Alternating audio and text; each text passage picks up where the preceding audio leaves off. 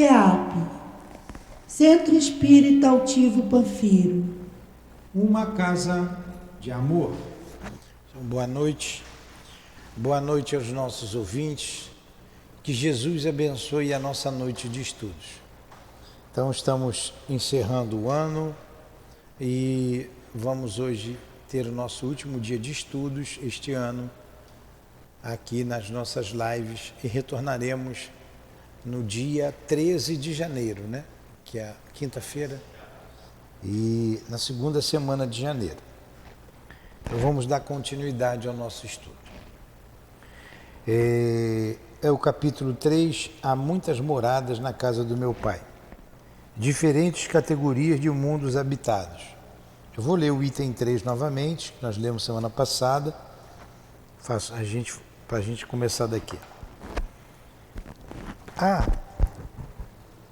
Do ensino dado pelos espíritos, resulta que os diversos mundos estão em condições muito diferentes uns dos outros, quanto ao grau de adiantamento ou de inferioridade dos seus habitantes. Dentre esses mundos, existem aqueles cujos habitantes ainda são inferiores aos da Terra, física e moralmente. Outros estão no mesmo grau e outros lhes são mais ou menos superiores em todos os aspectos. Nos mundos inferiores, a existência é toda material, a vida moral é quase nula, as paixões reinam soberanas. Porém, à medida que a vida moral se desenvolve, a influência da matéria diminui, de tal forma que nos mundos mais avançados, a vida é, por assim dizer, toda espiritual. Obrigado, Jesus, pela noite de estudos. Pedimos a tua inspiração, a tua permissão para estudarmos a doutrina espírita e hoje o teu evangelho à luz da doutrina espírita.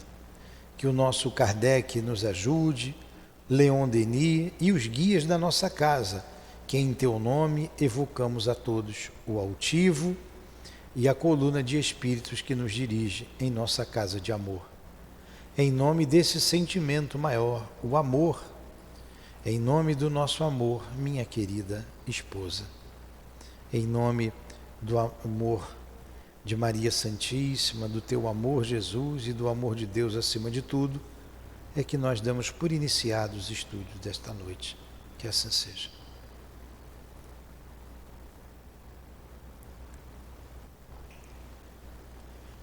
Muito bem. Então o número 3 nós já falamos semana passada e o número 4 vai continuar falando das categorias de mundos habitados. Então tem mundos iguais à Terra, superiores à Terra, inferiores à Terra, moralmente e fisicamente. Nos mundos inferiores a gente vê que as paixões reinam soberanas, como é aqui na Terra. As paixões reinam soberanas na Terra. É ou não é? Então a gente não tem dúvida do que seja um mundo como a Terra. Número 4. Nos mundos intermediários, há a mistura do bem e do mal, com a predominância de um ou outro, segundo o grau de adiantamento existente. Ainda que não se possa fazer uma classificação absoluta dos diversos mundos, pode-se, entretanto, em razão da situação em que se encontram e da sua destinação, e baseando-se nos seus aspectos característicos, dividi-los de uma maneira geral da seguinte forma. Então vamos lá. Os mundos, nós falamos isso bem semana passada, eles estão diretamente ligados à evolução dos seus habitantes. O mundo inferior, os espíritos são inferiores. O mundo superior, os espíritos são superiores.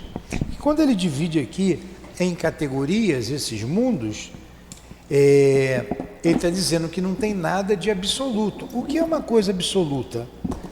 Vamos ver a Terra, por exemplo. Todos nós aqui somos imperfeitos, mas tem espíritos bons aqui. E tem espíritos muito atrasados. Somos heterogêneos.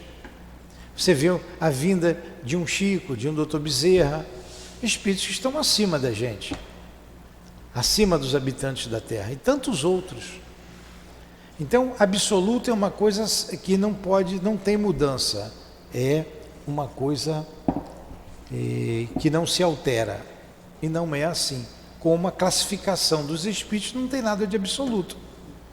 Às vezes a gente está bem, às vezes a gente está mal, às vezes a gente está com um pé num umbral e às vezes com um pé no céu. Isso devido ao quê? À nossa instabilidade. O estudo, o trabalho do bem vai nos deixando cada vez mais estáveis. Então ele dividiu os mundos assim, mundos primitivos, destinados às primeiras encarnações da alma humana. A gente fala assim, destinado ao mundo primitivo, destinado às primeiras encarnações da alma humana. Aí você vê um filme na televisão, ou lê no livro, aqueles homens peludos, fortes, em torno de uma fogueira, né? Às vezes nem fogueira tem ainda, nem o fogo descobriram ainda. Vocês não têm ideia do que seja a dor de se viver num mundo desse. Para nós. Por muito menos, já passei essa experiência aqui, vou passar de novo. Por muito menos, a gente viajando para o interior do Brasil, indo, por exemplo, para a selva amazônica, vivendo no meio daquela floresta densa, floresta quente, úmida, com todas as agressividades de um lugar desse, com feras, com insetos. Olha, é duro, é duro. Você tem uma saudade de casa, você fica, não dá para ficar muito tempo não. Índio, eu não posso falar de índio, né? Mas lá é muito bonito você ver na fotografia. Conviver lá na selva não dá. Pra gente não dá mais. Hã? Pois é, levar ela para acampar lá no Xingu, lá na beira do rio Ronulo. Mora lá em Santarém, onde eu morei. Então, você vai para um lugar desse, Santarém já é distante, mas tem ali uma boa civilização ali, pô. 11 mil habitantes. Mas é uma cidade grande, pô. Tem coisa boa lá, tem peixe. Santarém tem peixe. Já ouviu falar em Santarém? Santarém fica aqui distante, 1 hora de voo de Manaus ou de Belém. É banhada pelo rio Tapajós. É um lugar de uma beleza natural. Agora também fica lá, né? Nativo fica, mas é muito bom você passear. Então você imagina um mundo primitivo. Não tem ar-condicionado. Não tem colchão macio, nem travesseiro. Vamos pegar que já tem fogo, dá para comer uma coisinha.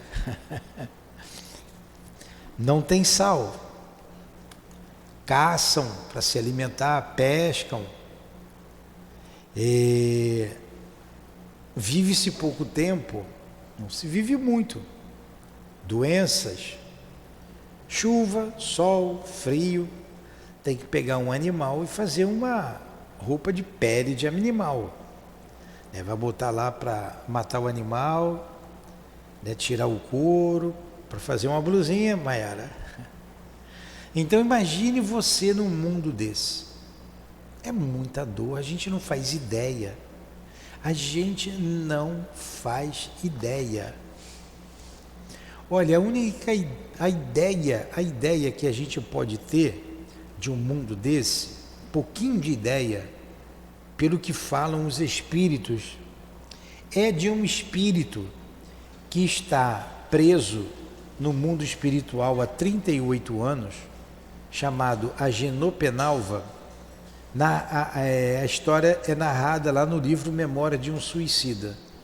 Ele era um criminoso, suicida, levou muitas pessoas ao suicídio, abandonou o pai na miséria, a mãe, roubou, levou tudo da mãe, deixou ela morrer de fome, na mendicância, enfim. Era chefe de uma falange de espíritos suicidas, e aquele espírito não podia chegar perto de uma pessoa aqui na Terra, que a pessoa, uma criança de imediatamente adoeceria e morreria. E um adulto poderia ser levado ao suicídio, ia ter vontade de suicidar e poderia se suicidar, por causa da vibração dele. Está preso. Rebelde, 38 anos ali, todos os dias tem a visita a ele, fala do Evangelho, ele não se arrepende. O que o Espírito diz? Não nos surpreenderia, já contei essa história aqui, né? Não nos surpreenderia se chegar de um momento para outro uma ordem do mais alto para que ele seja levado para um mundo inferior à Terra, para um mundo primitivo. O que nós estamos relutando ao máximo para não fazer isso, porque é demais penoso, é muito doloroso para ele. Se tiver que ir, vamos tentar colocá-lo apenas nesse mundo, nas vibrações do mundo, e não reencarnar ou encarnar no mundo desse. O que já seria também uma dor imensa, ficar no planeta, na erraticidade daquele planeta. Ele está dizendo que a dor é imensa. É o que a gente tem.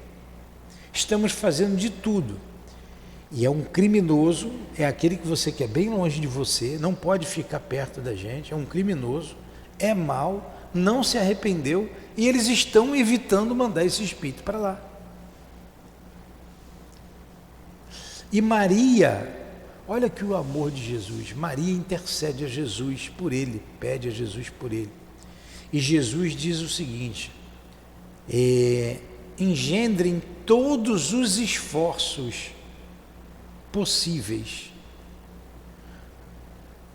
usem de todo o amor que vocês têm para que ele não vá para esse lugar. Olha a intervenção de Jesus, o amor de Jesus, o amor que a gente não entende.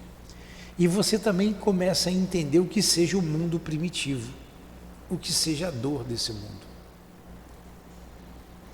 A gente sabe que a história de Adão e Eva relata justamente isso, o degredo de um grupo de espíritos que vieram para a Terra, né? Tá? Aí quando chega aqui na Terra eles lamentam o paraíso. Imagina pegar a Terra primitiva.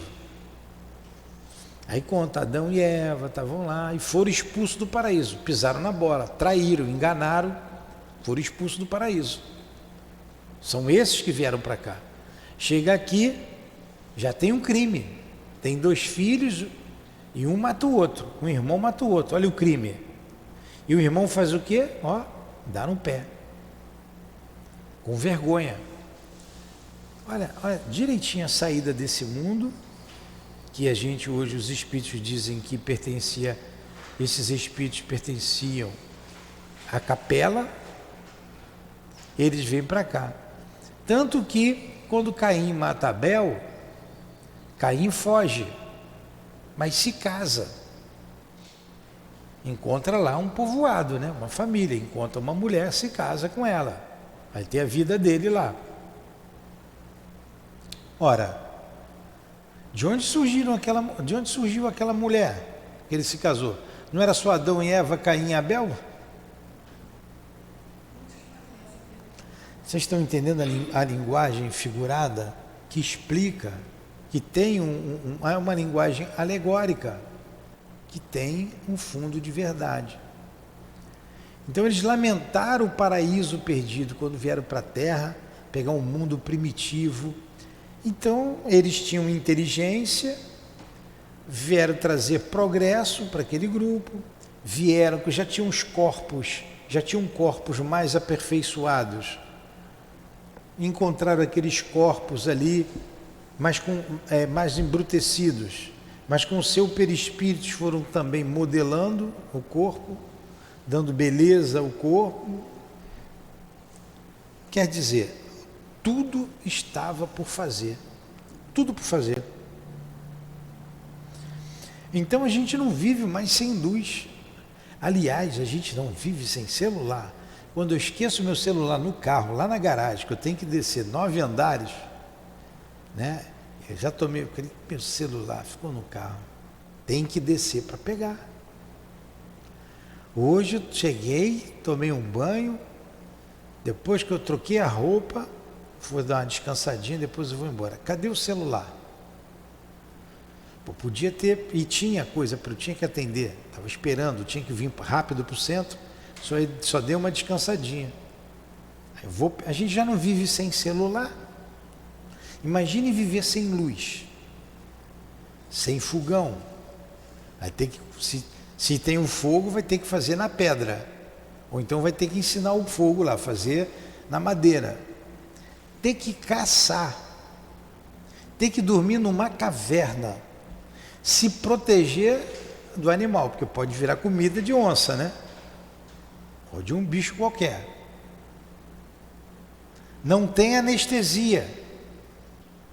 E devia ser fácil se quebrar. Cair, quebrar um pé, um braço. Não tem anestesia. O que mais que a gente não vive sem? Não dá para comer aquela saladinha orgânica que você gosta. Vai ter que cair dentro ali na carne mesmo. Paca. Carne de paca. Carne de caça. Olha só, como deve ser doloroso. Esse é o mundo primitivo, que recebe espíritos primitivos, condizentes com o mundo onde estão. Depois vem os mundos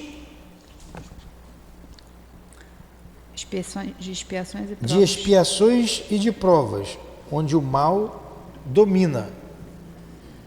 Expiação e provas é a terra. O mal domina ou não domina? Caramba, é doído viver aqui. Depois vem os mundos regeneradores, onde as almas que ainda têm que expiar obtêm novas forças, repousando das fadigas da luta. Então, regenerador já é um mundo mais tranquilo. O bem já começa a preponderar, você dá uma descansada. Agora, imagine você num mundo de provas e expiações e ir para o mundo primitivo. É do provas e expiações que você vai para lá. Ah, então o espírito retrogradou? Não, ele é o que ele é, continua sendo o que ele é. Não dá para ele conviver mais com quem só quer o bem. Depois vem os mundos felizes, onde o bem supera o mal. Mundos celestes ou divinos, morada dos espíritos puros, onde o bem reina inteiramente. A Terra pertence à categoria dos mundos de expiações e de provas. Eis porque o homem nela está exposto a tantas misérias. Aí. Ficou bem dividido isso? Bem entendido? Número 5. Vai, Raquel. Os espíritos encarnados em um mundo não estão ligados a ele indefinidamente e não passam nesse mundo por todas as fases progressivas que devem percorrer para chegar à perfeição. Quando atingem em um determinado mundo o grau de adiantamento que esse mundo comporta, passam para um outro, mais avançado, e assim sucessivamente, até que cheguem ao estado de espíritos puros. Os mundos são estações em cada uma das quais os espíritos encontram os elementos de progresso proporcionais ao seu adiantamento.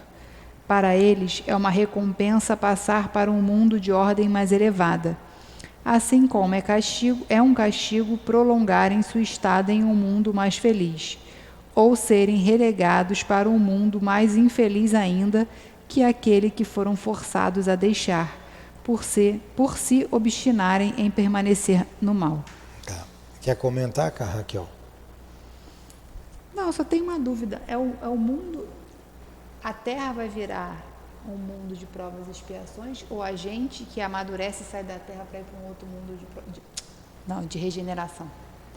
Não é que É o espírito que amadurece e Sem sai da dúvida. terra, ou é a terra que amadurece? Não, sem dúvida. Então aqui vai ser sempre um mundo de provas e expiações. Não, não é isso que ele está dizendo.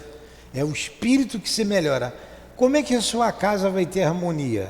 Se todos viverem em harmonia. Então isso que falam que a terra vai virar um mundo de regeneração está errado. Não, está certo. Porque a população da terra viverá em harmonia. Se você tem uma casa que tem briga, tem confusão, o marido não se dá com a mulher, o filho briga, discute, é a terra, a tua casa.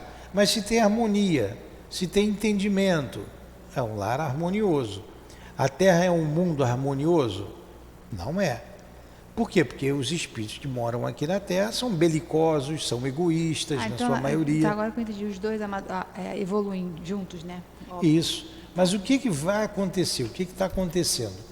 Os espíritos, tem muitos espíritos na Terra que estão tendo a sua última oportunidade de ficar aqui. Aí eles vão sair da Terra, vão para o mundo... Aí vão ser primitivos. Ou vão para o mundo primitivo, esses muito ruins, ou vão para o mundo de provas e expiações, em outro lugar. Igual a Terra, que não vale mais do que a Terra. Tanto faz, né? Agora, aqui na Terra fica quem quer melhorar. Aí vem a encarnação de outros espíritos que vão acelerar o progresso moral. Porque o que nós precisamos é desenvolver a moralidade.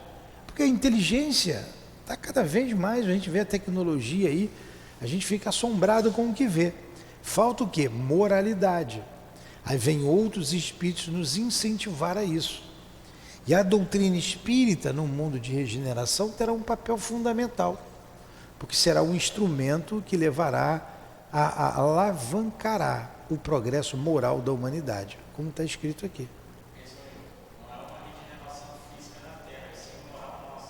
Isso, a regeneração é nossa.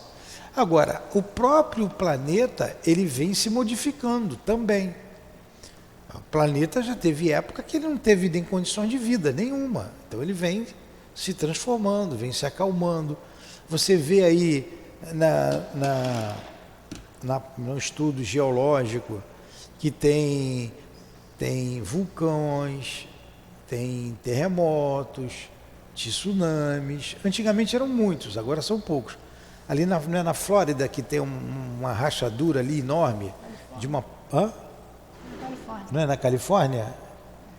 Eu falei Califórnia. Você falou Flórida. Não, tá bom. É Califórnia. Não tem ali um problema sério que pode a qualquer momento sumir todo. O movimento das placas tectônicas. O movimento das placas tectônicas. Então o planeta ele está também se acomodando. Pode ser que tenha, depois que tiver, estabiliza. Aí desencarna um monte de gente que tinham que sair do planeta, ou vão para outros planetas melhores, ou vão para outros inferiores, ou vão ficar pela Terra mesmo, a gente não sabe.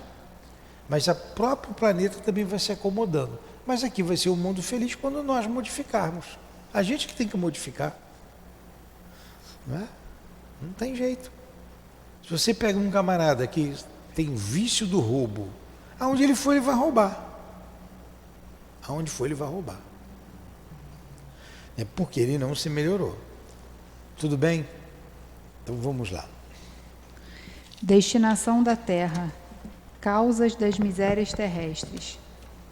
Muitas pessoas se admiram por encontrar na Terra tantas maldades e más paixões, tantas misérias e enfermidades de todos os gêneros. Daí concluindo que a espécie humana é algo muito triste. Esse julgamento provém do ponto de vista limitado em que se colocam, o que lhes dá uma falsa ideia do conjunto.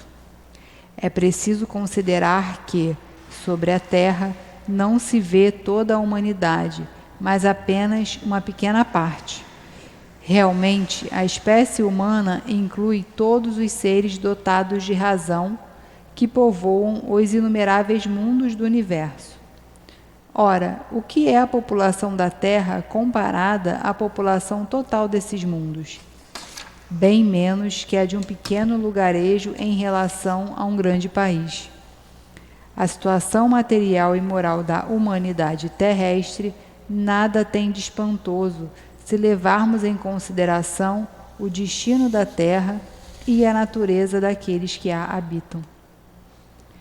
Uma ideia muito falsa dos habitantes de uma grande cidade seria feita se eles fossem julgados pela população dos bairros mais humildes e sórdidos. Em um hospital, só se vêem doentes estropiados. Em uma prisão, vêem-se todas as torpezas, todos os vícios reunidos. Nas regiões insalubres, a maior parte dos habitantes são pálidos, fracos e doentes. Pois bem, que se considere a terra como um bairro, um hospital, uma penitenciária, uma região insalubre, visto que ela é, ao mesmo tempo, tudo isso, e se compreenderá por que as aflições superam as alegrias, porquanto não se enviam pessoas saudáveis para um hospital, nem as que não fizeram mal algum para as prisões, e nem os hospitais e nem as penitenciárias são lugares de prazeres. Ora, assim como uma cidade, toda a população não está nos hospitais ou nas prisões. A humanidade não está toda sobre a terra. Assim como se sai do hospital quando se está curado, ou da prisão quando se cumpriu a pena. O homem deixa a terra e vai para mundos mais felizes quando está curado das suas enfermidades morais. Ficou bem claro, né? Entendeu, Mayara? Alguma pergunta? Então a humanidade não está só na Terra, está uma parte dela. E nós somos esses espíritos presos, doentes, que precisamos nos recuperar. Mundos superiores e mundos inferiores. A qualificação de mundos inferiores e de mundos superiores é mais relativa que absoluta. Um mundo é inferior ou superior em relação àqueles que estão acima ou abaixo deles na escala progressiva. Tomando-se a Terra como ponto de comparação, pode-se fazer ideia do estado de um mundo inferior, supondo que nele os homens estão no grau dos povos selvagens ou das nações bárbaras que ainda se encontram na superfície terrena e que são os restos do estado primitivo do planeta. Nos mundos mais atrasados, os seres que os habitam são de algum modo rudimentares. Eles têm a forma humana, mas sem nenhuma beleza. Os instintos não são moderados por nenhum sentimento de delicadeza ou de benevolência, nem por noções do que é justo ou injusto. Nesses mundos, a força bruta é a única lei. Sem indústria, sem invenções, os habitantes empregam a vida na conquista dos seus alimentos. Entretanto, Deus não abandona nenhuma das suas criaturas. No fundo das trevas da inteligência, aninha-se latente a vaga intuição mais ou menos desenvolvida de um ser supremo. Esse instinto é suficiente para torná-los superiores uns aos outros e prepara o seu desabrochar para uma vida mais completa, porquanto eles não são seres degradados, mas crianças que estão crescendo. Ficou bem claro? Falta mais um parágrafo aqui. Vai lá. Entre esses graus inferiores e os mais elevados, há inumeráveis degraus, e nos espíritos puros, desmaterializados e resplandecentes de glória, tem-se muita dificuldade em reconhecer aqueles que animaram os seres primitivos, da mesma forma que, no homem adulto, é difícil reconhecer o antigo embrião. Não ficou difícil, está bem explicadinho, né? Vamos ler mais um pouquinho, vai lá. A Terra já foi um mundo primitivo? Sim, a Terra já foi um mundo primitivo. Olha aí, mudando de categoria. Na época de Moisés, dos 10 mandamentos, era, será? Ali era primitivo. Fala aqui com a vinda de Jesus, mas não tem... A força bruta é a única lei? A única lei é a força bruta. Então, naquela época, os 10 mandamentos... Então, os 10 mandamentos foi um grande avanço. Um grande avanço. Agora, ele foi no seio daquele grupo ali, dos hebreus. Mas quem eram os habitantes da Austrália, da Ásia? Nem se tinha conhecimento. Não tinha descoberto ainda. Olha como é que a Terra... Não tinha descoberto, mas tinha seres vivendo lá. Ah, sim. Né?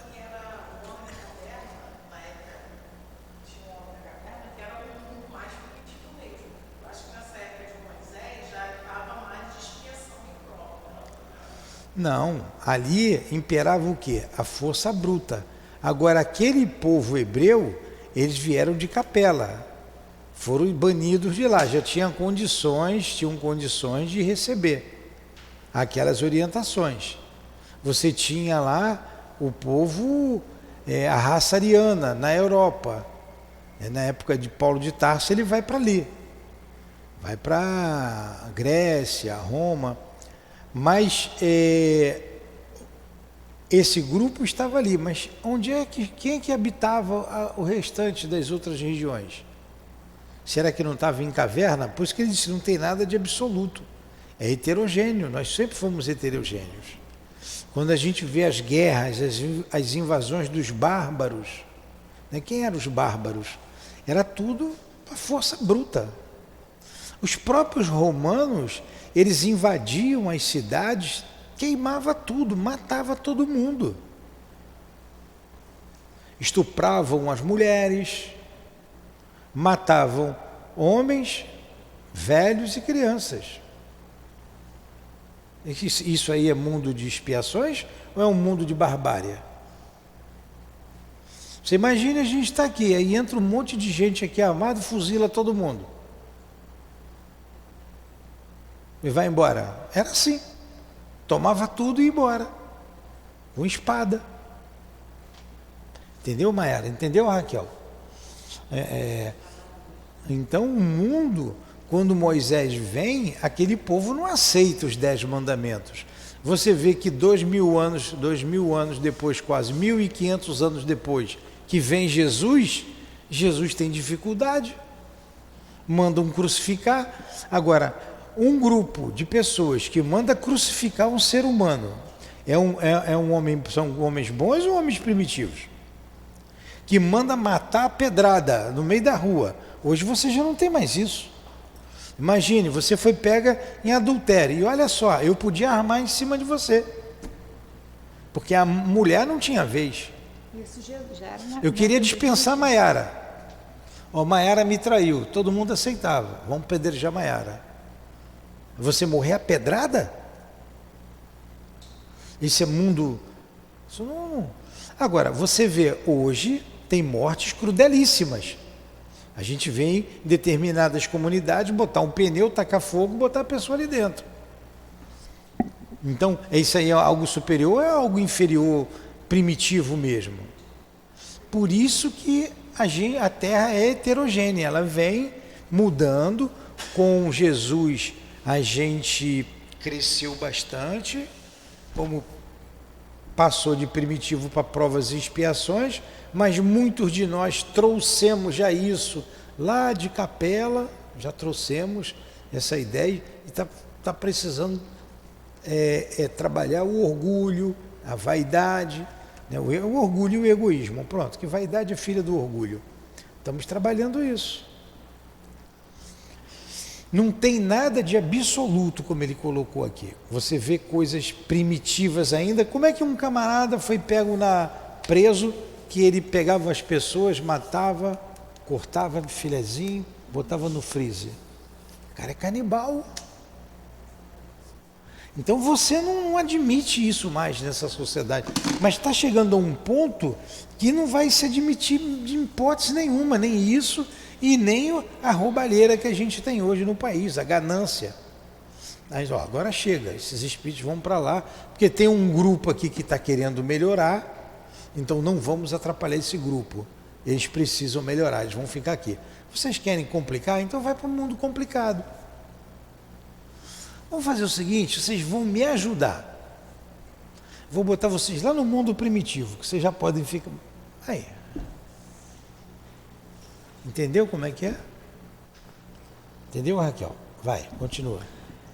Nos mundos que alcançaram um grau superior, As condições de vida moral e material são completamente diferentes das da Terra. A forma do corpo é sempre, como por toda a parte, a forma humana, mas embelezada, aperfeiçoada e principalmente purificada. O corpo nada tem da materialidade terrestre e não está, por consequência, sujeito às necessidades, nem às doenças, nem às deteriorações geradas pela predominância da matéria. Os sentidos mais delicados têm percepções que, na Terra, são anuladas pela grosseria dos órgãos. A leveza específica dos corpos torna a locomoção rápida e fácil. Em lugar de se arrastar penosamente sobre o solo, ele desliza, por assim dizer, sobre a superfície, ou plana na atmosfera sem outro esforço que o da vontade, da forma que se representam os anjos, ou, como os antigos imaginavam, os manes? Dos Campos Elíseos. Dos Campos Elíseos. É isso aí. Agora você vê aqui, O que é manes? a forma do corpo é sempre, como por toda parte, a forma humana, mais embelezada e aperfeiçoada. Então, não tem marciano com anteninha na cabeça e verde, feinho, com cabeção. Não tem, é mais belo. Vocês já viram a fotografia de Maria no mundo espiritual? Tem uns retratos dela, lá no Leão Denis tinha. Tão bonita e tão bela. Aí bota uns ETs aí, faz um filme de ET. Ô bichinho feio. Se aquilo fosse superior, eu prefiro ser inferior, pô. Não é aquilo. Não é. Isso daí é o orgulho do homem querendo ser superior a tudo e a todos. Ó. Quem não é da terra é isso aí, é bicho, é animal, é feio, tem um olhão, tem anteninha na cabeça. Pode ser até bonzinho, mas é feio para chuchu. Pô, não é isso. Não é isso que o Evangelho, que a doutrina espírita está dizendo. Entendeu, Mayara? Caramba! Vamos lá. Os homens conservam, conforme sua vontade, os traços de suas existências passadas e aparecem aos seus amigos tal como eles os conheceram, mas iluminados por uma luz divina, transfigurados pelas impressões interiores, que são sempre elevadas.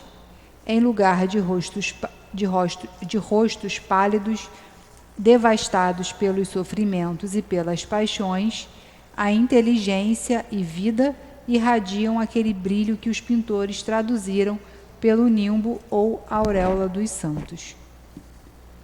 A pouca resistência que a matéria oferece aos espíritos já muito avançados torna rápido o desenvolvimento dos corpos, e a infância é curta ou quase nula. A vida, isenta de cuidados e de angústias, é proporcionalmente muito mais longa que sobre a terra. Em princípio, a longevidade é proporcional ao grau de adiantamento dos mundos. Ali a morte nada tem dos horrores da decomposição. Longe de ser um motivo de pavor, ela é considerada como uma transformação feliz, porque a dúvida sobre o futuro ali não existe. Durante a vida, a alma, não estando encerrada em uma matéria compacta, irradia e goza de uma lucidez que a coloca em um estado quase permanente de emancipação e permite a livre transmissão do pensamento. Ó, que beleza, hein? Você vive os dois mundos. Vive os dois mundos. O desenvolvimento é mais rápido da infância e a durabilidade da vida é maior, porque lá você não tem maldade, você não está exposto a doenças. Aqui na Terra você não pode viver muito tempo.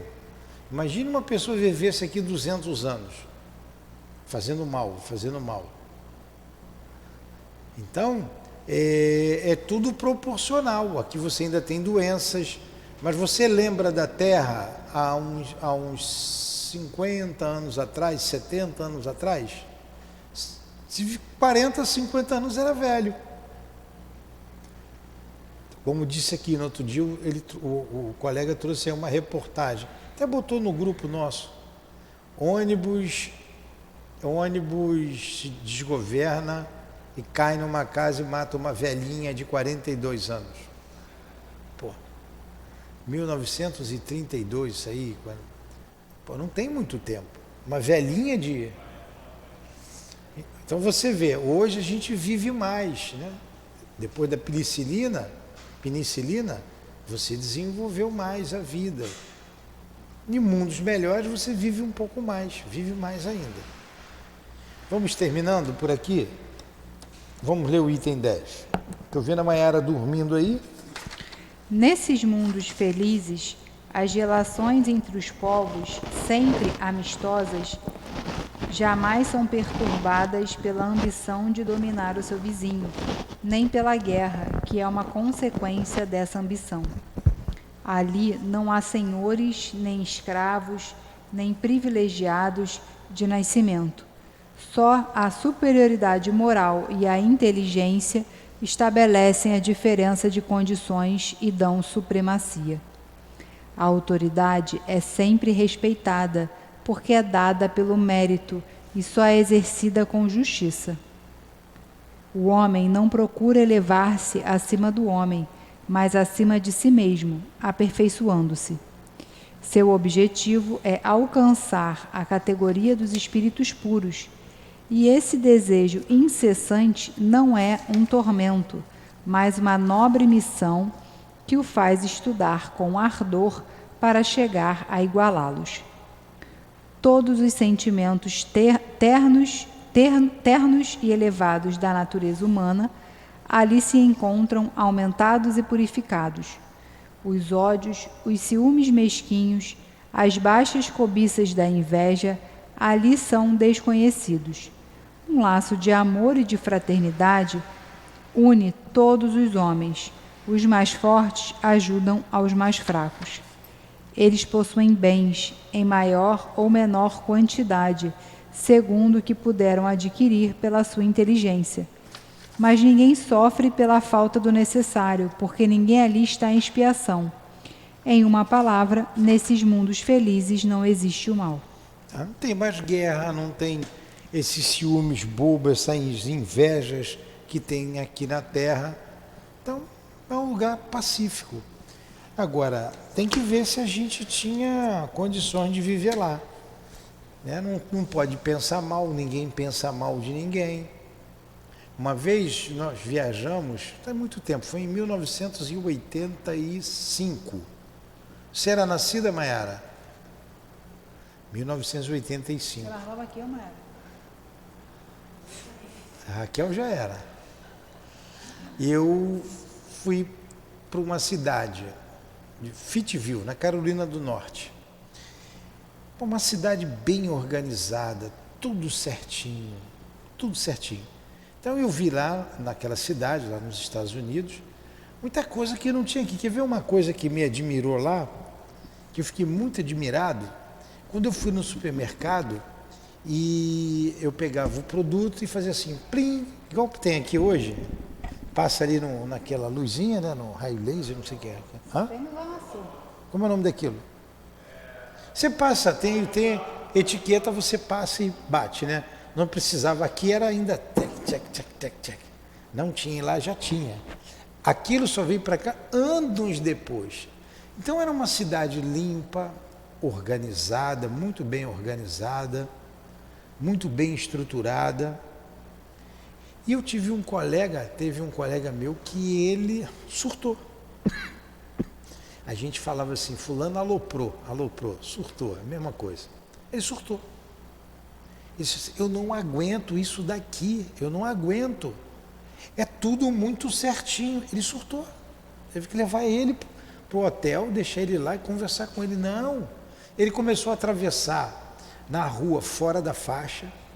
Eu quero ver se esse pessoal aqui realmente para o carro. Porque lá só se atravessava na faixa. E todos os carros paravam. Não tinha sinal. Lá já não tinha mais sinal de trânsito. Não precisava só você vir parar, ele já de longe diminuía e você atravessava. Ele surtou. Ele, eu quero tomar cachaça, eu quero ir para a minha escola de samba, isso aqui não é para mim. Olha só, e olha, aqui na Terra, hein?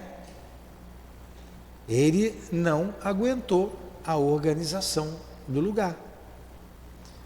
Então tem mundos superiores que nós não aguentaríamos. O que eu vou fazer lá? O que eu vou fazer se eu ainda gosto disso? Se eu me sinto bem aqui? É o velho ditado, é tirar pérolas a porcos. Eu sempre repito aqui o que o Inácio Bittencourt disse lá para a gente quando estávamos estudando lá no Leon Denis, através do altivo. O médio era o altivo. Ele disse: no mundo onde eu vivo, no lugar que eu vivo, ninguém pensa mal do outro, ninguém não se admite.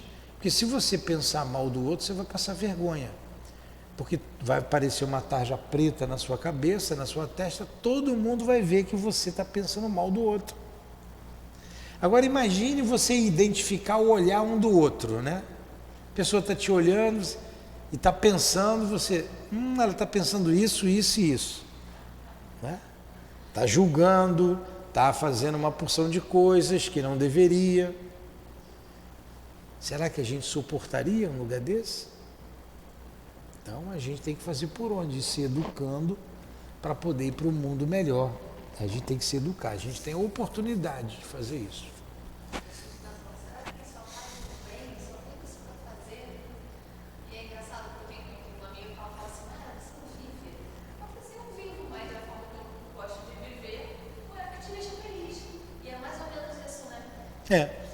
Muita gente não entende a gente fazer esse trabalho aqui. Não entende. Como é que você faz isso? Tem gente que me dá parabéns. Eu falei, parabéns. Parabéns pelo trabalho. É obrigação nossa. A gente já tem consciência de que tem dívidas, que tem coisas a acertar. A gente já olha para dentro da gente, já vê as nossas imperfeições, já luta para melhorar. E é uma obrigação. Mas o outro não está nem aí para isso. Não está nem aí. Continua ambicioso, orgulhoso e pronto. Não pensa no outro. Vamos fazer a nossa prece? Faz, Raquel.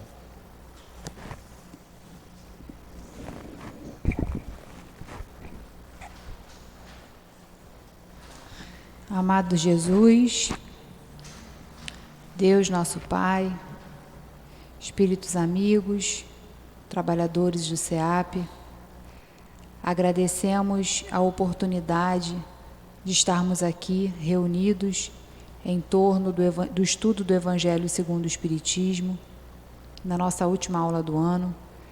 Agradecemos a cada aula em que aprendemos, amadurecemos, agradecemos a inspiração de vocês no entendimento de cada uma das passagens que são tão importantes para o nosso aprimoramento moral.